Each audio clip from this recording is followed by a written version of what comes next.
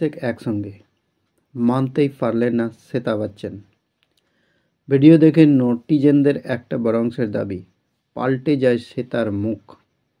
তিনি যেন খুব বিরক্ত, এমনকি একসময় মুখ ভ্যাংচাতেও দেখা যায় তাকে। শুধু কি তাই, ঐশ্বরিয়া রাই বচ্চন অভিষেক বচ্চনের সম্পর্ক নিয়ে এই মুহূর্তে চলছে আলোচনা। শোনা যাচ্ছে তাদের মধ্যে বৈবাহিক সম্পর্ক নাকি এসে পৌঁছেছে তলানিতে।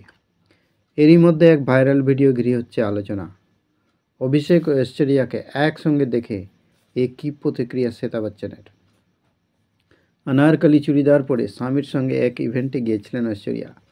ওই একই ইভেন্টে হাজির ছিলেন শ্বেতা বচ্চনও। তিনি গিয়েছিলেন বাবা অমিতাভ বচ্চনের সঙ্গে। ভিডিও দেখে নেটিজেনদের একটা বড় অংশের দাবি, পাল্টে যায় শ্বেতার মুখ। তিনি যেন খুব বিরক্ত বোধ করেন, এমনকি একসময় মুখ ভেংচাতেও দেখা যায় তাকে।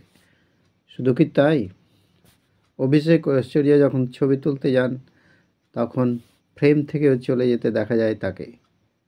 কিন্তু কেন, এই প্রশ্ন এখন ভাবাচ্ছে ওদের ভক্তদের। একজন লিখেছেন, শ্বেতার করিনার ননদ সারা আলি খানের সঙ্গে কিছু শেখা উচিত।